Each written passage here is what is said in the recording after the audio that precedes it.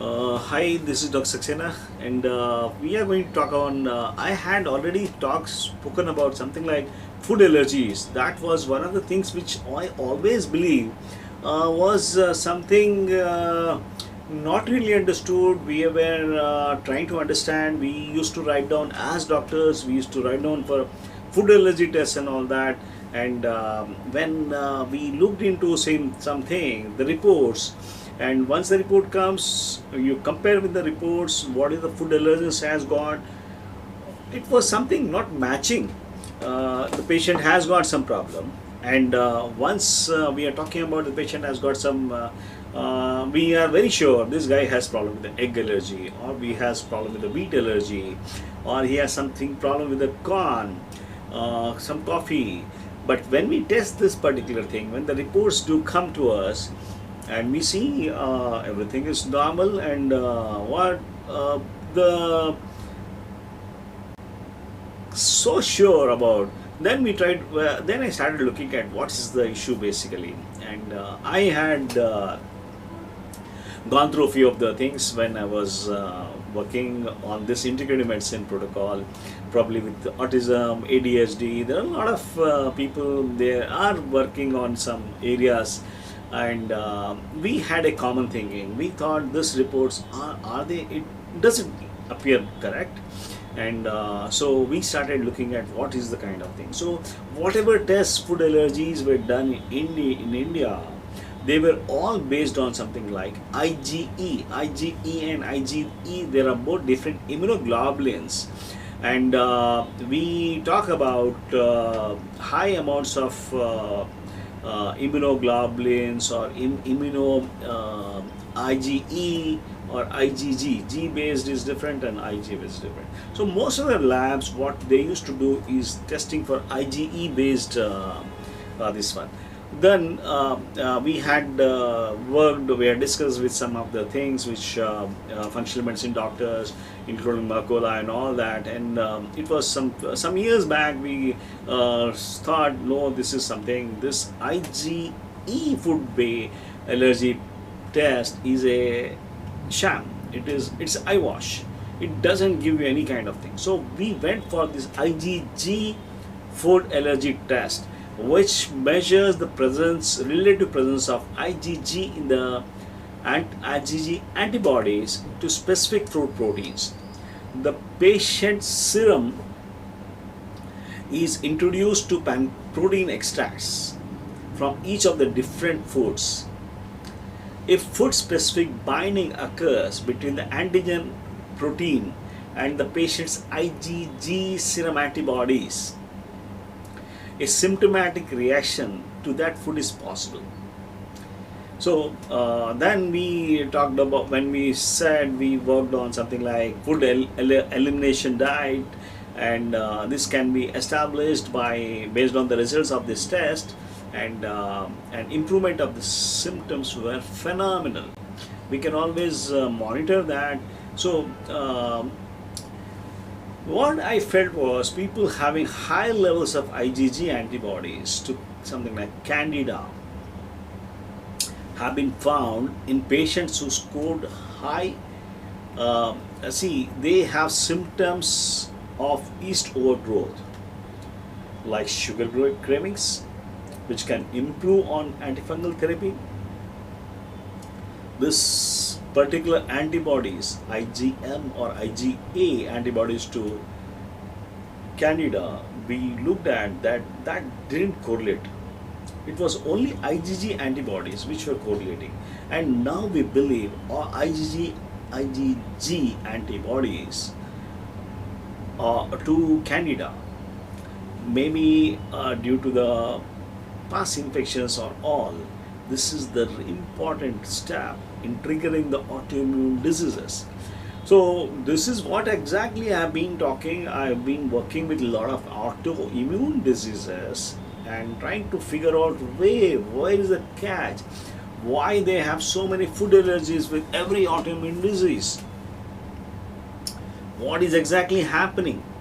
You have got something, you have on this particular stuff. This is, then we, once we got this IgG we got everything connecting. See, this Candida fungal antibodies react with virtually all human organs. This, including the brain. In one study, we have a pituitary malfunction has Candida antibodies which reacted with pituitary protein. Candida antibodies are raised. I think they are raised in almost all cases of cystic fibrosis. This have been. It's not just related to one particular thing. We had seen this particular thing very high in people with depression, people with candida, this one kind of chronic fatigue, people with thyroid disorders, people with autism, people with multiple sclerosis, and all these things. We had seen this IgG based antibody to the candida. And what happens, what flares up this increased susceptibility to candida is use of antibiotics, oral contraceptives, chemotherapy, and anti-inflammatory steroids. This overgrowth of candida causes a rise in cases of food allergies. I can always tell, I had the documentation about IgG antibodies to Saccharomyces cerevisiae. Saccharomyces cerevisiae again is a fungal problem. It's more prevalent in inflammatory bowel disease, Crohn's disease, you have got celiac disease and Behçet's disease. While it was not considerably raised in ulcerative colitis. High amounts of antibodies to either Saccharomyces or Candida may cross-react. So, may cross-react. So, what happens is that I give some patients Saccharomyces boulardii, which is the commonest given thing when we talk about improving the bowel flora and all that. It cross-reacts. All my autism cases, all my other cancer, other patients and all that, they don't do well with Saccharomyces boulardii because of this cross-reactivity. So we have on one hand high amounts of antibodies to wheat, gluten. Wheat has got gluten, rye, barley, and celiac disease. Most of these people with these elevated antibodies did not have this celiac disease, but they benefit from exclusion of this diet. So we have gone one step ahead, talking about how we can help these patients. So the victim, without any kind of this one, I try to tell people to stop the rotation diet. If someone doesn't have that thing to send this food for allergies for this IgG based kind of thing, because this is not done in India, we tell them to go for rotation diet. I try to clinically we try to reduce some of the things which can be something like milk, cheese.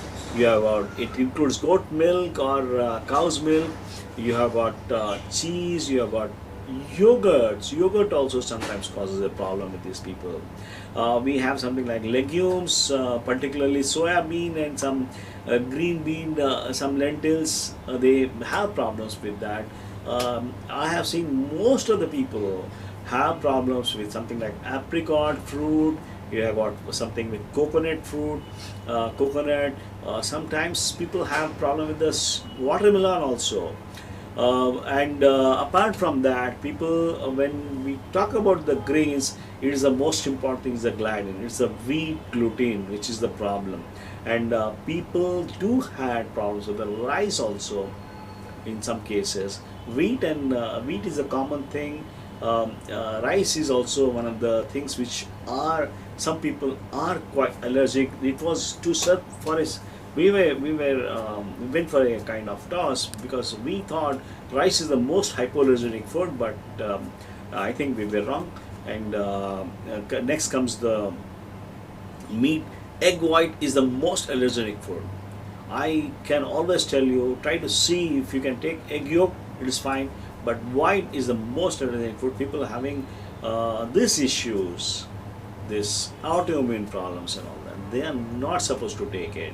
Most of the nuts, if it is not well soaked in water, and if it's not properly done, you are getting into problem with that particular stuff. Most of nuts, they have the problem with this. So mild reactivity, almost everyone has got, who are into the spectrum of autoimmune disease, let it be cancer, and let it be kind of diabetes, can be autism and all that. So moderately, I think milk is the one thing, another one is the egg white, and the third one the cheese, fourth one is the wheat gluten, and cow's milk is again a big kind of thing. So these are the things, if we are able to reduce the intake of this particular stuff, I think managing food allergies and managing this thing called autoimmune diseases is much easier. Again, this is the start, this is the step we need to take.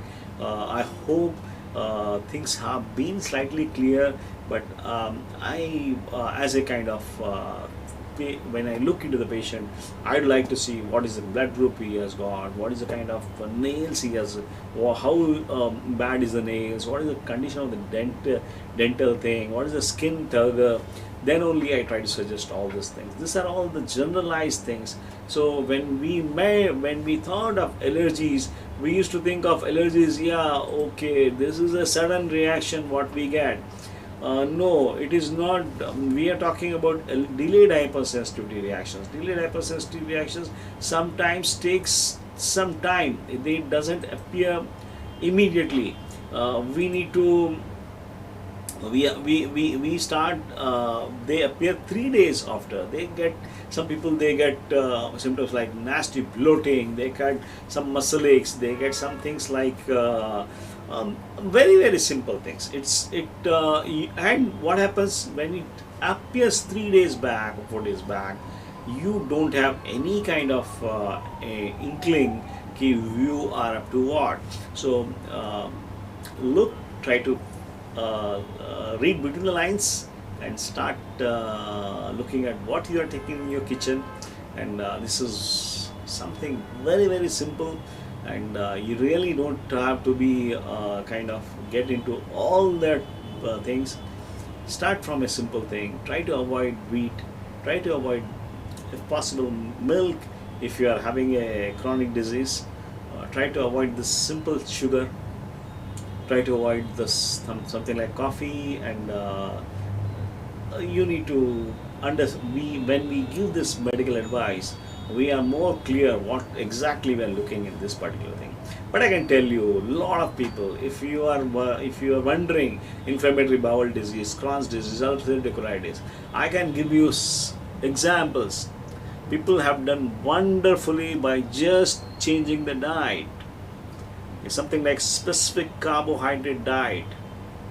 It was not a doctor, but Elaine Gottschall wrote a book, How to Break the Vicious Cycle of this inflammatory bowel disease, where she used to have something like a very nasty problems, and she had gone through it throughout, and over a period of time, after some years of suffering, she started trying this diet, and she wrote a book on this, breaking the vicious cycle. This is a very amazing thing. I always urge people should look into what are the kind of work people have done. But in a nutshell, this simple diet, you don't require major kind of stuffs, and with that you are able to almost get out of that problem. That's the beauty of this thing called integrative medicine. We believe we need to put across some things and try to, everything counts here. So this is all about this food allergies and how this thing is really causing a problem. And somewhere we were, as a doctors, we were not very sure about the diagnosis and all that, but Now we believe because of the advent of so many things. Thank you.